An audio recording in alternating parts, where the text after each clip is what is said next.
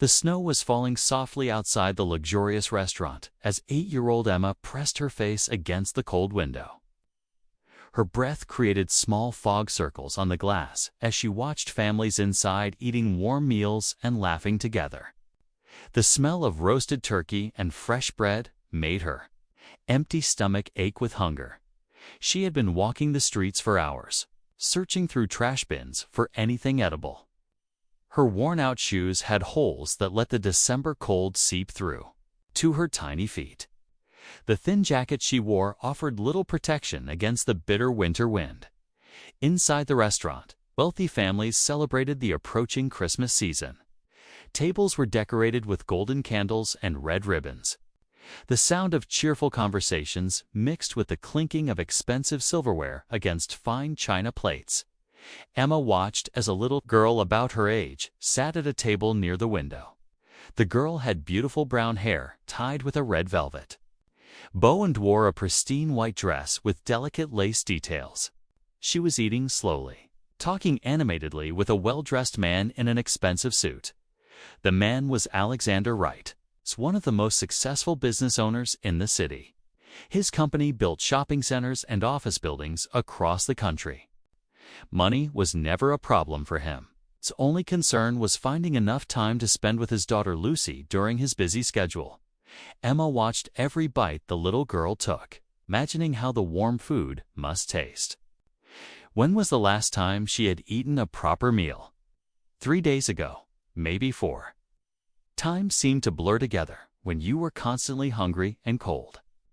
"Lucy, eat your vegetables," Alexander said, barely looking up from his phone. Even during their father-daughter dinner, work emails continued to demand his attention. "Daddy, there's a girl outside looking at us," Lucy said, pointing discreetly toward the window where Emma stood. Alexander glanced up briefly, annoyed by the interruption. "Finish your dinner, Lucy. We still need to go Christmas shopping after this." But Lucy could not stop staring. There was something about the girl at the window that made her feel uneasy. When their eyes met through the glass, Lucy saw something that broke her heart. Deep sadness, terrible hunger, and crushing loneliness. Emma hesitated, then gave a small, timid wave. Lucy waved back with enthusiasm, her face lighting up with a genuine smile. "She looks really cold, Daddy," Lucy observed, "and hungry too." Alexander mumbled, without taking his eyes off his phone screen. The restaurant was packed with Christmas shoppers and holiday celebrations. Waiters hurried from table to table, carrying plates of expensive food and bottles of wine. Lucy continued to watch Emma through the window. The girl was far too thin for her age. Her clothes, which might have been colorful once, were now faded and dirty from living on the streets. But it was her bare hands pressed against the cold glass that worried Lucy the most. "Daddy, can we invite her inside?" Lucy asked. "She looks like she needs help." The question made Alexander look up completely from his phone. A P followed Lucy's gaze and saw the child pressed against the restaurant window. Other customers had started to notice too, whispering among themselves with clear disapproval. "Lucy, sweetheart, this is a private restaurant," Alexander said gently. "Oh, she cannot just come in here." "But it's almost Christmas," Lucy insisted with her characteristic determination. "And she looks so sad and hungry." Alexander sighed deeply. It was December 23rd, and he had planned a quiet evening with Lucy. Before the chaos of Christmas Day, he did not want complications or awkward situations. He just wanted to have a peaceful dinner and then take Lucy to buy her Christmas presents. "Remember what Mommy used to say about helping others?" Lucy continued. Sarah's words echoed in Alexander's mind. His wife had died 3 years ago in a skiing accident, leaving him to raise Lucy alone. Since then, they had struggled to create new traditions and find their way as a family of 2. Mommy always said Christmas was about sharing with people who have less than us. Lucy pressed on. Alexander looked again at the girl in the window. She was still there, motionless, like a small statue made of ice and sadness. Her dark eyes never left the food on their table. "Please, Daddy, just this once." There was something in Lucy's voice that Alexander recognized. It was the same compassion Sarah had shown whenever she wanted to help someone in need. The same gentle determination to make the world a little better.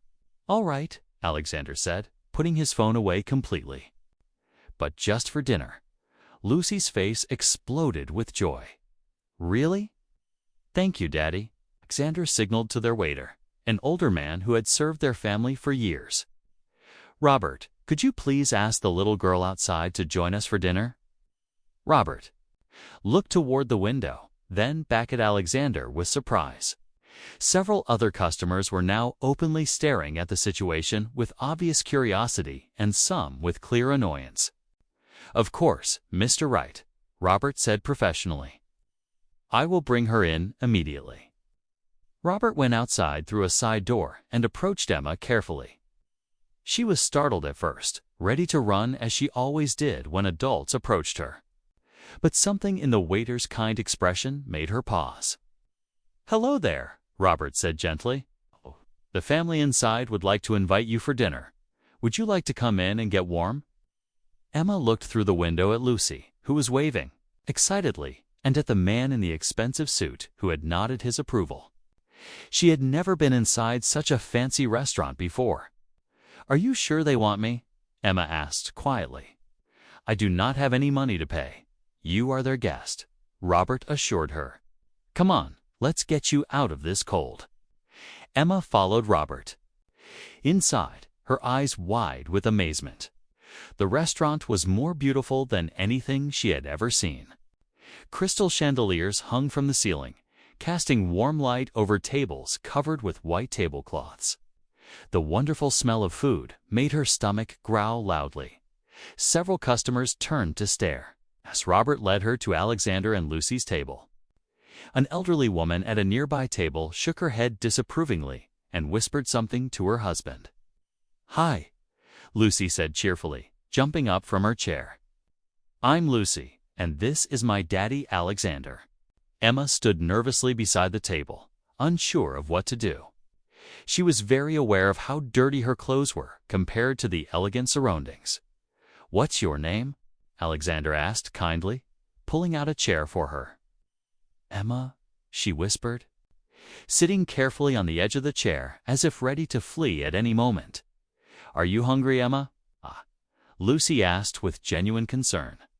Emma nodded, not trusting herself to speak. She was more hungry than she had ever been in her entire life. Alexander signaled to Robert again. "Could you bring another plate of the roast turkey dinner, please? And some hot chocolate for Emma." When the food arrived, Emma stared at the plate as if it were made of pure gold. She picked up the fork with trembling hands and took a small, careful bite. Her eyes closed with pure pleasure as she tasted the warm, seasoned turkey. Then she began to eat quickly, almost desperately, taking large bites and swallowing without properly chewing. Her hands instinctively protected the plate, as if someone might take it away at any moment. "Slow down," Alexander said gently. "No one is going to take your food away." Emma paused and looked at him with surprise. Adults had never spoken to her so kindly before. "You can eat as slowly as you want," Lucy added. "And if you are still hungry, we can order more." Emma's eyes filled with tears. When was the last time someone had shown her such kindness? She could not remember. Where do you live, Emma? Lucy asked curiously. Emma stopped chewing and looked down at her plate. "I do not really live anywhere specific." "What do you mean?" Lucy pressed, though Alexander gently touched her arm to signal she should be more careful with her questions. "I sleep in different places," Emma explained quietly.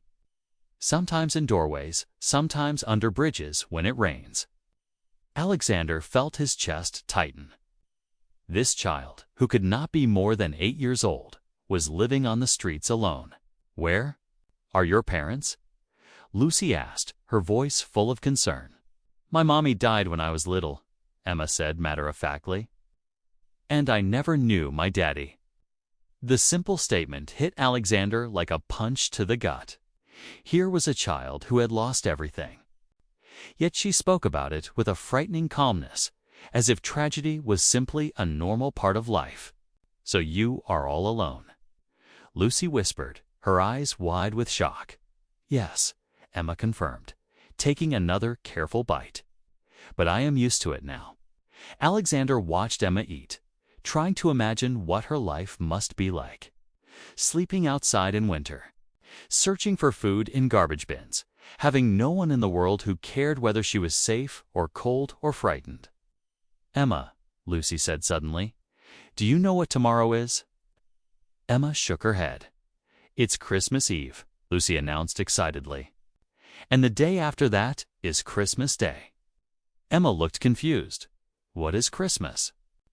Lucy's mouth dropped open in shock. "You do not know what Christmas is?" Emma shook her head again, looking embarrassed. "Christmas is the most wonderful day of the year," Lucy explained enthusiastically. "It is when families come together and give each other presents and eat special food and spend time being happy together." "Presents?" Emma asked quietly. "Yes, Santa Claus comes during the night and leaves presents under the Christmas tree for children who have been good all year." Emma listened with fascination, as if Lucy was telling her a fairy tale about a magical world she had never imagined. When Emma first saw the Wright family mansion, she pressed her nose against the car window in complete amazement.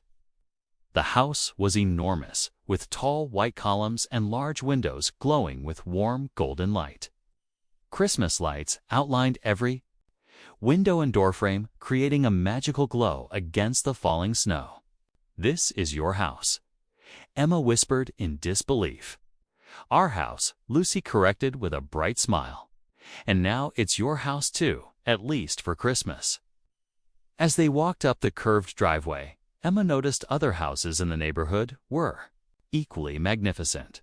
Each one was decorated with elaborate Christmas displays, wreaths on doors, lights strung through trees, and illuminated reindeer on perfect lawns. "I have never seen anything so beautiful," Emma said quietly. Alexander unlocked the front door and gestured for Emma to enter first. She stepped inside and gasped audibly. The foyer was larger than any room she had ever been in, with a curved staircase and a crystal chandelier that sparkled like stars. But what truly took her breath away was the Christmas tree in the living room. It stood at least 12 feet tall, decorated with hundreds of twinkling lights, golden ornaments, and a shining star on top. Underneath the tree were dozens of wrapped presents in colorful paper with elaborate bows. "It's like a fairy tale," Emma breathed, standing frozen in the doorway. "Wait until you see it on Christmas morning, when all the presents are unwrapped," Lucy said excitedly. "Daddy always goes overboard with decorations." Emma walked slowly toward the tree, careful not to touch anything. She had never been around such expensive and beautiful things before. Everything in the house seemed to sparkle and shine. Alexander said gently, "This is your home now. You don't have to be afraid to touch things or sit down wherever you're comfortable." Emma nodded, but remained cautious. She was still wearing her dirty, torn clothes and was very aware of how out of place she looked in this perfect house. "The first thing we need to do," Lucy announced, "is get you some clean clothes and a warm bath." Alexander agreed. "Lucy, why don't you show Emma to the guest room while I make some phone calls? We need to get her some proper clothes for tomorrow." The guest room was on the second floor, down a hallway lined with family photographs. Emma paused to look at the pictures as they walked. Most showed Alexander, Lucy, and a beautiful woman with kind eyes and a warm smile. "That's my mommy," Lucy explained, noticing Emma's interest. "She died in an accident when I was 5. "I'm sorry," Emma said softly. "She looks really nice." "She was the nicest person in the whole world. She would have loved you."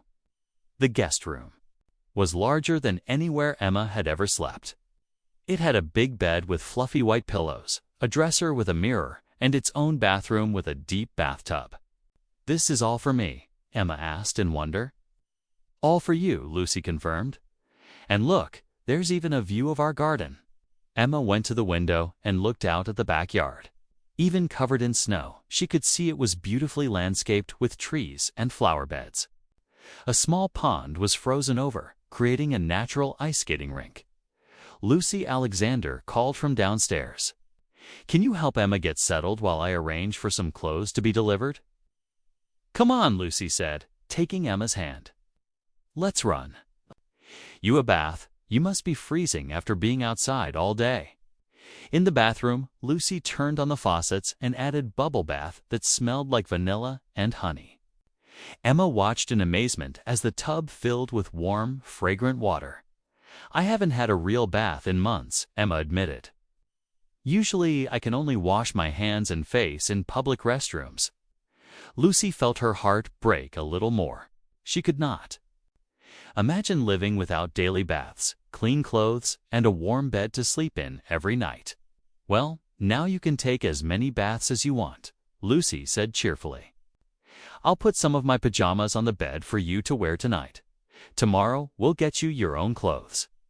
An hour later, Emma came downstairs wearing Lucy's pink pajamas, which were slightly too big but infinitely more comfortable than anything she had worn in months. Her brown hair was clean and shining, and her skin glowed from the warm bath. Alexander was in the kitchen preparing hot chocolate when she appeared. "You look wonderful, Emma. How was your bath?" "It was perfect," Emma said with a shy smile. "Thank you for letting me use your beautiful bathroom." "Emma," Alexander said, setting down 3 mugs of steaming hot chocolate topped with whipped cream, "I want you to understand something important. While you're here, this isn't just my house or Lucy's house. It's your house too.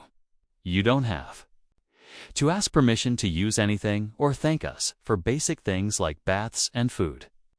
This is your home." Emma stared at him, trying to process what he was saying. No one had ever told her she had a home before. "Really?" she asked in a small voice. "Really," Alexander confirmed. "For as long as you want to stay." Lucy bounced into the kitchen, wearing matching pink pajamas. "Oh, we go watch movies tonight?"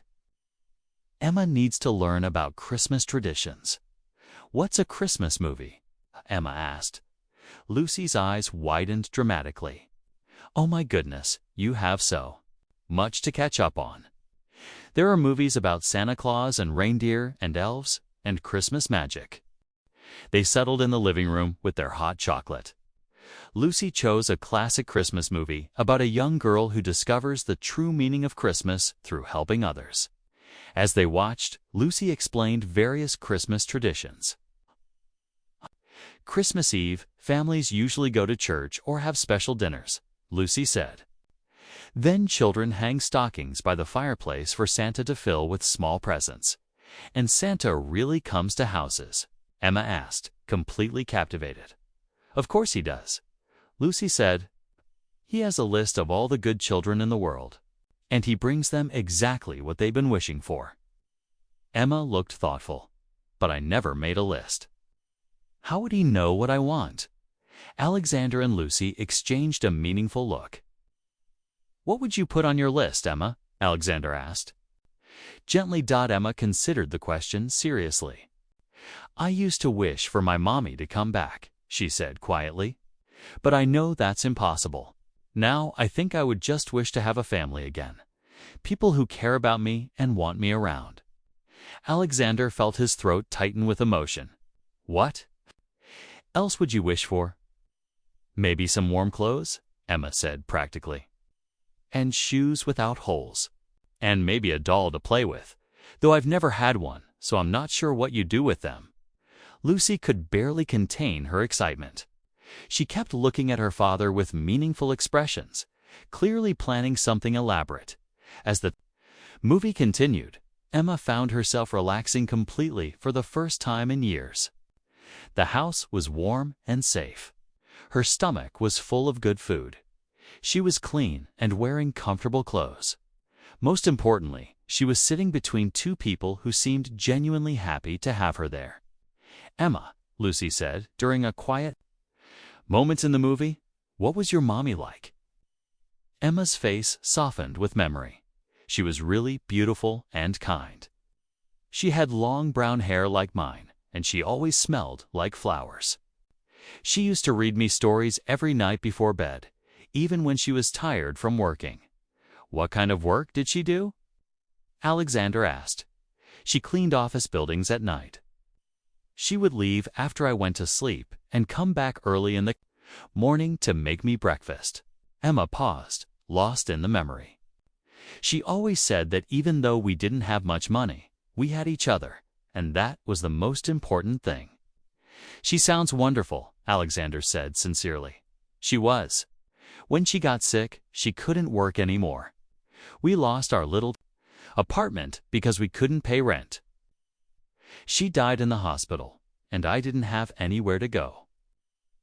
The simple, matter-of-fact way Emma told her tragic story was heartbreaking.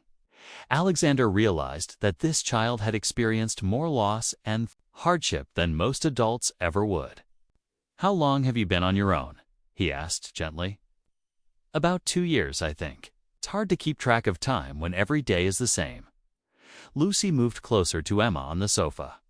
"Well, you're not alone anymore. You have us now." Emma smiled, but Alexander could see uncertainty in her eyes. She had learned not to trust that good things would last. After the movie ended, it was time for bed.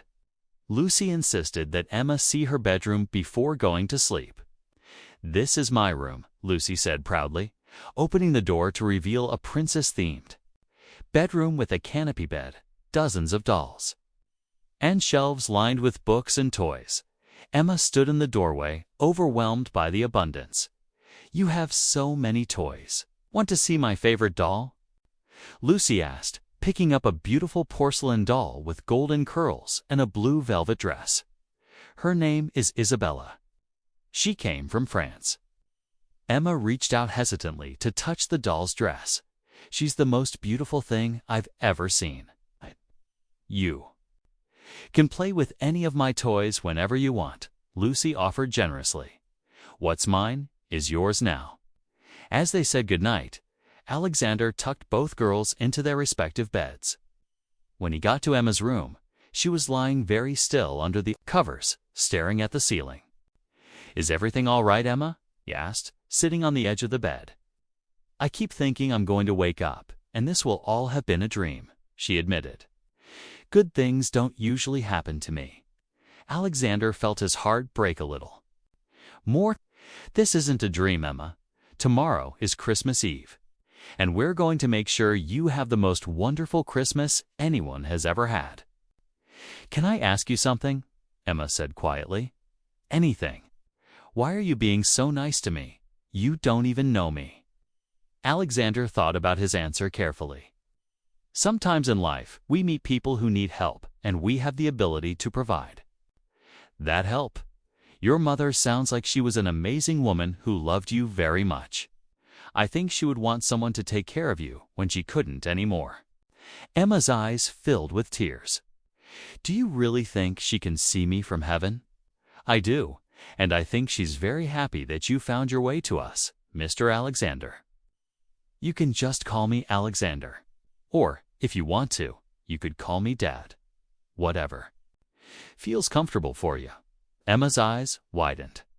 "Really? I could call you Dad, if you want to.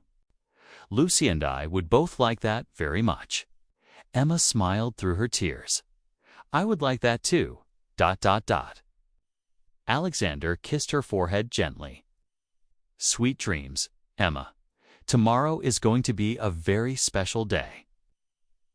As he turned off the light and closed the door, Alexander stood in the hallway, feeling overwhelmed by the events of the day. In just a few hours, this homeless child had become part of their family. And somehow, it felt completely natural and right. He went to check on Lucy, who was still wide awake with excitement. "Daddy, this is the best thing that ever happened," Lucy whispered. "Emma is going to have the most amazing Christmas ever. It certainly seems that way, Alexander agreed. Are you happy about sharing Christmas with Emma? I'm happier than I've ever been. It's like having a sister. Alexander smiled. Get some sleep now.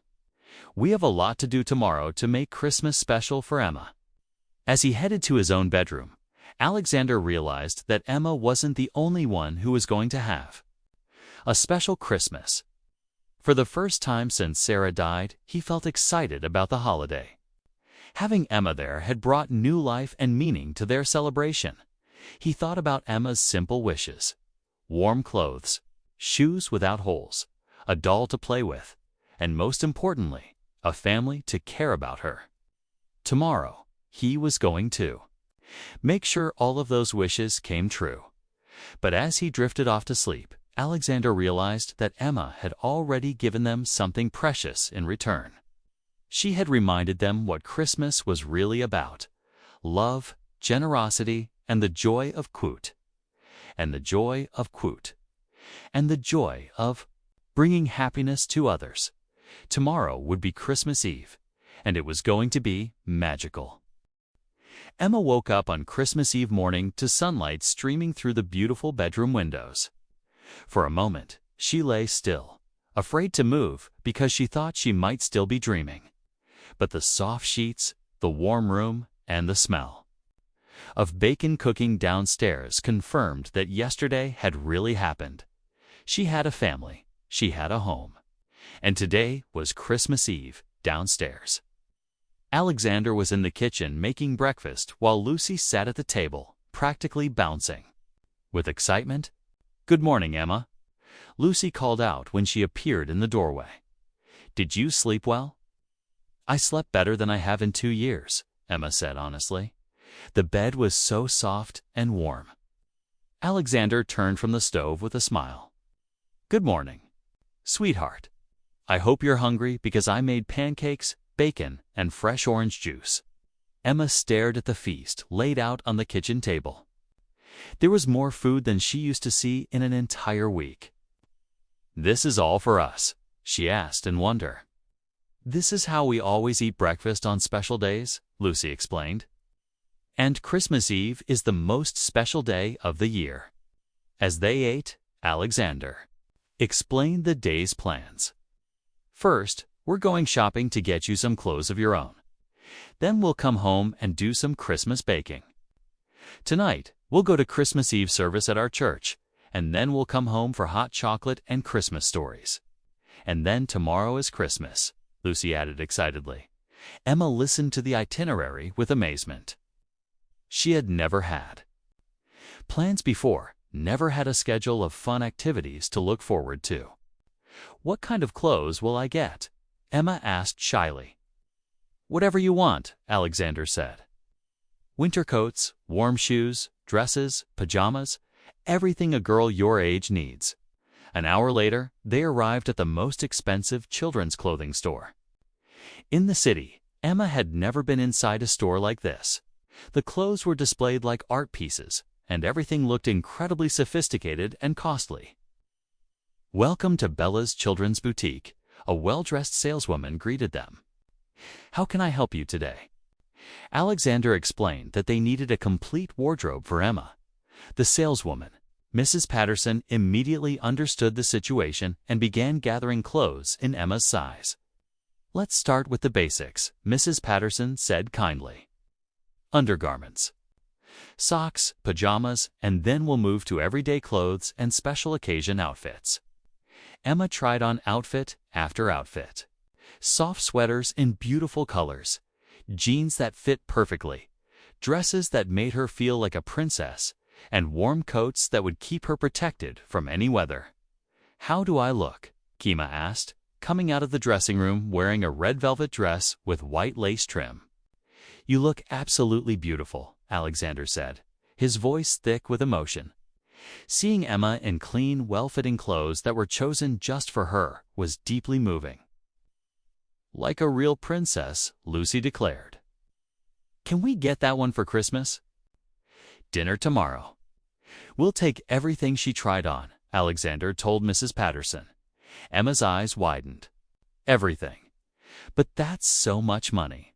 Emma, Alexander said, kneeling down to her level. Money is just paper. What matters is making sure you have everything you need to be comfortable and happy.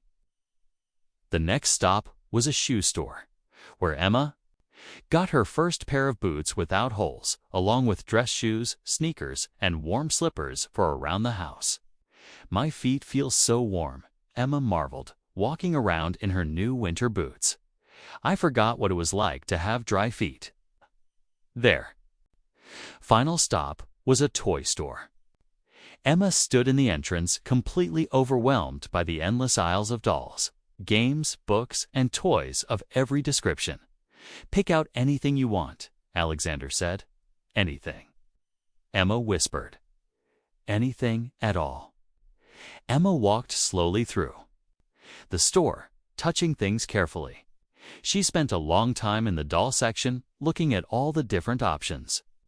This one looks like you, Lucy said, pointing to a doll with long brown hair and a sweet face.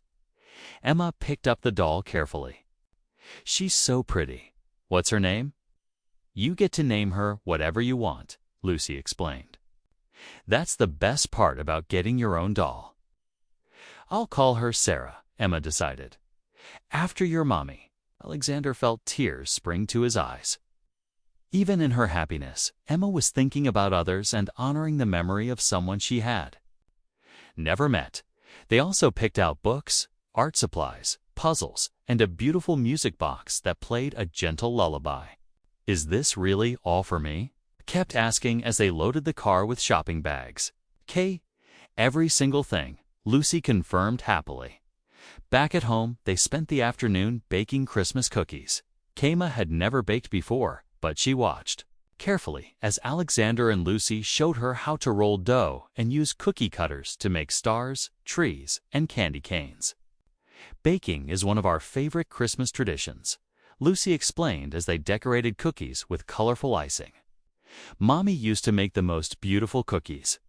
She would have loved teaching you how to bake, Alexander added, watching Emma carefully pipe green icing onto a tree-shaped cookie.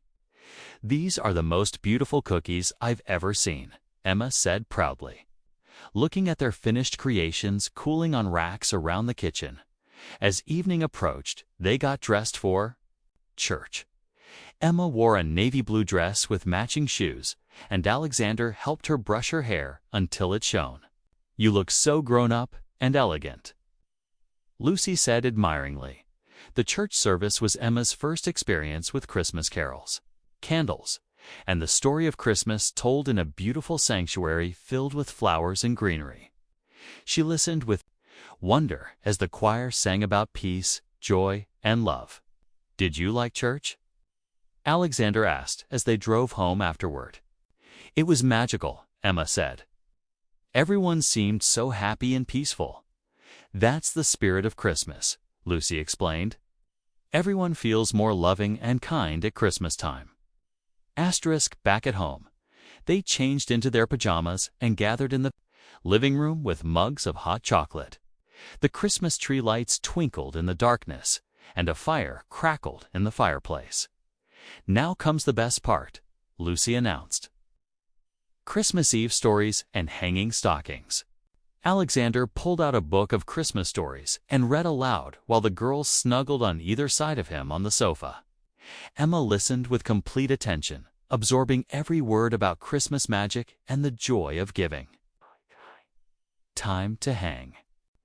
Your stocking, Lucy said, when the stories were finished. She handed Emma a beautiful red velvet stocking with her name embroidered in gold thread. When did you make this? Emma asked in amazement. I asked Mrs. Patterson to arrange it while you were trying on clothes, Alexander explained. Every member of our family needs their own Christmas stocking. Emma hung her stocking next to Lucy's by the fireplace, hardly believing that she now had her own place in this family's Christmas traditions. What happens now? Emma asked. Now we go to bed, and when we wake up, it will be Christmas morning, Lucy said excitedly as they headed upstairs. Emma noticed that there were now several additional wrapped presents under the wrapped Christmas tree that had not been there that morning. "Did Santa already come?" she asked in wonder. "Santa always comes while children are sleeping," Alexander explained with a smile. In her bedroom, Emma put on her new pajamas and climbed into the comfortable bed. Alexander came to tuck her in, just as he did with Lucy every night. "Dad," Emma said quietly, "can I ask you something important?" "Of course." "What happens after Christmas? Do I have to leave and go back to living on the streets?" Alexander sat down on the bed and took her small hands in his. "Emma, I need to tell you something very important. You are never going back to the streets, ever." Emma's eyes widened. "Really? Really? If you want to stay with us, this is your home forever. Lucy and I want you to be part of our family permanently, forever and ever." Emma whispered, hardly daring to believe it, forever and ever. "Would you like that?" Emma threw her arms around Alexander's neck, tears of joy streaming down her face. More than anything in the whole world. Then it settled. "Tomorrow we'll start the paperwork to make you legally my daughter. Emma Wright has a nice ring to it, don't you think?" "Emma Wright," she repeated wonderfully. "I love it." Alexander kissed her forehead. "Sweet dreams, my daughter. Tomorrow is going to be the most wonderful day of your life." Emma was too excited to fall asleep immediately. She lay in bed, thinking about everything that had happened. 2 days ago, she had been alone, hungry, and cold, with no hope for the future. Now she had a father, a sister, a beautiful home, and a real family who loved her. Christmas morning arrived with Lucy bursting into Emma's room at dawn. "Wake up, wake up, it's Christmas." Emma sat up immediately, her heart pounding with excitement. "Is it really Christmas? Come see the tree." Lucy grabbed Emma's hand and pulled her toward the stairs. In the living room, Emma gasped at what she saw. The space under the Christmas tree was completely filled with presents. There were at least 30 beautifully wrapped boxes of all different sizes. "Are all those really for us?" Emma asked in disbelief. "Most of them are for you," Lucy said happily. "Since it's your first Christmas, you get extra presents to make up for all the ones you missed." Alexander appeared in the doorway with his coffee, smiling at the girls' excitement. "Merry Christmas, girls. Should we see what Santa brought?" For the next 2 hours, Emma experienced pure magic. She unwrapped present after present, each one more wonderful than the last. There were beautiful clothes, art supplies, books, games, a bicycle, a dollhouse, and dozens of dolls and stuffed animals. But the present that made her cry with joy was a small, wrapped box that contained a gold necklace with a heart-shaped pendant engraved with the words, "Emma Wright, beloved daughter." "This means I really belong here," Emma whispered, touching the pendant carefully. "You have always belonged here," Alexander said, fastening the necklace around her neck. "We just had to wait for you to find your way to us." Lucy had been equally generous, giving Emma a beautiful journal where she could write down all her thoughts and memories of her new life. "So you'll never forget your first Christmas," Lucy explained. After opening presents, they had a wonderful Christmas breakfast with fresh fruit, cinnamon rolls, and hot chocolate. Emma could hardly eat because she was so excited and happy. "What do we do now?" Emma asked. "Now we play with your new toys, and then we have Christmas dinner," Alexander said. "And tonight, we'll call some of my business associates about starting the adoption process officially." "Adoption?" Emma asked. "That's the legal process that makes you officially my daughter," Alexander explained. "It means your name will be Emma Wright on all official documents, and legally, you'll be my child, just like Lucy." Emma started crying again, but these were tears of pure happiness. "I never thought I would have a real family again." "Well, now you do," Lucy said, hugging her tightly. "And we're never letting you go." That afternoon, as they played with Emma's new toys and prepared Christmas dinner together, Alexander realized how much his life had changed in just 2 days. The house felt complete now with Emma there. Her laughter mixed with Lucy's, filling rooms that had been too quiet for too long. During Christmas dinner, as they sat around the dining table with candles glowing and Christmas music playing softly, Alexander raised his glass of apple cider for a toast. "To Emma," he said, "who taught us that the best Christmas presents aren't things you can wrap in pretty paper. The best presents are the people we love and who love us back." "To our family," Lucy added, raising her own glass. "To my first real Christmas," Emma said, her voice full of emotion, "and to the most wonderful family in the world." As the evening wound down, Emma sat on the floor surrounded by her new possessions. But what made her happiest wasn't the toys, or clothes, or even the dollhouse. It was watching Alexander and Lucy laughing together, knowing that she was now part of that happiness, part of that love. "Emma," Alexander said, sitting beside her on the floor, "what was your favorite part of today?"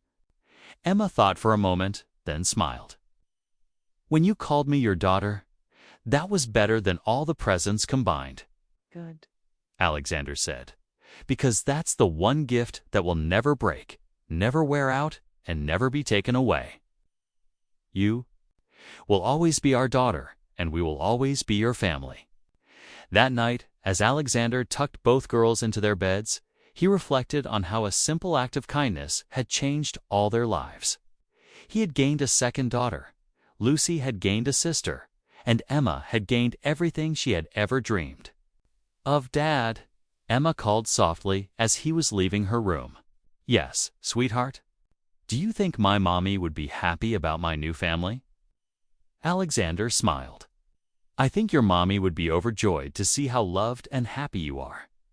And I think she would be grateful that you found people who will take care of you and love you the way she did. I hope so. I want her to know that I'm not sad and alone anymore." She knows, Emma. Mothers always know when their children are safe and happy. As Alexander turned off the light, Emma whispered one more thing. "Dad, thank you for giving me the best Christmas ever." "Thank you, Emma, for giving us the best Christmas we've ever had, too." And as snow continued to fall outside the warm, bright house, the Wright family, now officially a family of 3, slept peacefully, dreaming of all the Christmases yet to come. Emma's life had been transformed from one of desperation and loneliness to one filled with love, security, and endless possibilities. The little girl who once had no Christmas presents had received the greatest gift of all, a family who would love her forever.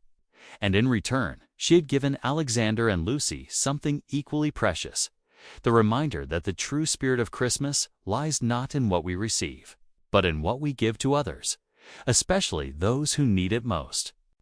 From that Christmas forward, the Wright family never forgot the magic of that special Christmas Eve, when a hungry little girl outside a restaurant window had changed their lives forever.